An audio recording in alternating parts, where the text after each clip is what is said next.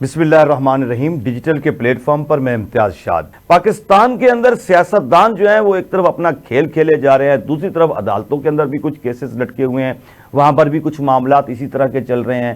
پھر اس سے ہٹ کر اگر دیکھیں تو ملک کے اندر دہشت گردی کی بھی ایک لہر جو ہے اس کا بھی آغاز ہو گیا ہے، تھریٹس بھی جاری ہو گئے ہیں، پھر تعلیمی اداروں کو بند کرنے کے لیٹر جاری ہو گئے ہیں کہ ان کو بند رکھا جائے گا۔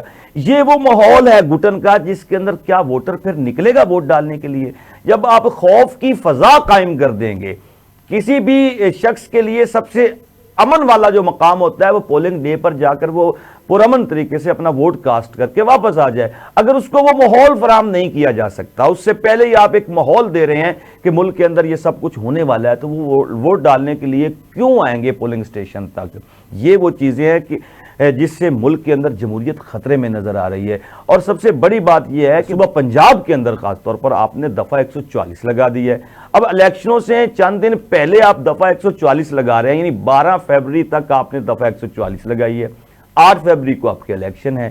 جب ریلیاں اور جلسے اور جلوس کرنے کا ٹائم ہے تو دفعہ 144 لگ گئی ہے پورے پنجاب کے اندر، تو پھر وہاں پر وہ لوگ کینڈیڈیٹس جو ہیں وہ کس طرح سے اپنا پیغام دیں گے؟ لیکن اس دفعہ 144 کے باوجود کچھ ایسی پارٹیاں ہیں جن کو پورا موقع دیا گیا ہے اور وہ آج بھی دھڑلے سے اپنے جلسے کر رہے ہیں۔ تو پھر یہ دفعہ 144 کن کے لیے لگائی گئی ہے؟ کیا یہ ان 200 کینڈیڈیٹس کے لیے لگائی گئی ہے جنہوں نے پی ٹی آئی کی طرف سے جو ہے وہ ٹکٹ جمع کروائے تھے اور بلے کے نشان کے بغیر مختلف نشانات لے کر میدان میں اترے ہوئے ہیں اور جو پی ٹی آئی کی جماعت سے یعنی تعلق بھی رکھتے ہیں، اور ان لوگوں کو آپ نے روک دیا ہے پھر الیکشن کے حوالے سے؟ اس کا مطلب تو پھر سیدھا سیدھا یہی لگتا ہے کہ پھر دفعہ 144 ان لوگوں کے لیے ہی ہے کیونکہ باقی لوگوں کو تو روکا نہیں جا رہا ہے۔ تو یہ ملک کو اس طرح سے مت کیجئے کہ جس سے عام آدمی کو سمجھ آ رہی ہے کہ یہ جمہوریت کا تماشا لگنے جا رہا ہے، تو پھر جو مبصرین ہیں، جو دنیا ہے، جو پوری نظر رکھتی ہے، اس کو آپ کس طرح سے قائل کرنے میں کامیاب ہوں گے کہ نہیں یہ ہماری جو جمہوریت ہے یہ جینون جمہوریت ہے؟ اس طرح کی بے ڈھنگی سی جمہوریت پر دنیا اعتبار بھی نہیں کرے گی، اور جب دنیا آپ پر بھروسہ نہیں کرے گی تو آپ اپنی معیشت کو کس طرح سے چلائیں گے؟ تو جس ملک کی جمہوریت کا یہ حال ہوتا ہے اس کی معیشت ڈیفینیٹلی تباہ ہوتی ہے۔ میاں محمد نواز شریف صاحب فرما رہے ہیں کہ میں جو ہے وہ واپس پچھلے 2013 کے اندر جاؤں گا اور وہاں سے جمہوریت کا جو میں نے سفر ترقی کا شروع کیا تھا اور جو میں نے معیشت کا کیا تھا میں وہاں سے شروع کروں گا۔ بھائی 2013 میں اگر آپ نے واپس جانا ہے، آپ سے پہلے یہاں پر ایک اور شخص تھے جن کو دنیا عمران خان کے نام سے جانتی ہے، وہ کہہ رہے تھے کہ میں نیا پاکستان لے کر آؤں گا۔ اب آپ واپس کہہ رہے ہیں کہ ہمیں ایک دفعہ پھر پرانے پاکستان کی بات کرنی ہے، ہم نے 2013 میں جانا ہے اور وہاں سے ہمارے پاس جو فارمولے تھے وہ ہم نے اپلائی کرنے اور ملک کو ترقی کی طرف لے کر جانا ہے۔ تو میاں صاحب مسئلہ یہ ہے کہ 16 ماہ تک آپ کے جو ہے چھوٹے بھائی کی حکومت یہاں پر ملک کے اندر قائم تھی، اگر کوئی ایسا ترقی کا فارمولہ تھا تو آپ انہیں دے دیتے۔ وہی اسحاق ڈار ہے نا جو فارمولہ ہے آپ کا ترقی کا، تو وہ وزیر خزانہ موجود رہے ہیں، تو پھر اگر ترقی کا فارمولہ آپ کے پاس موجود ہے تو آپ ان کو عنایت کر دیتے اور ملک جو ہے وہ ترقی کی شارہ پر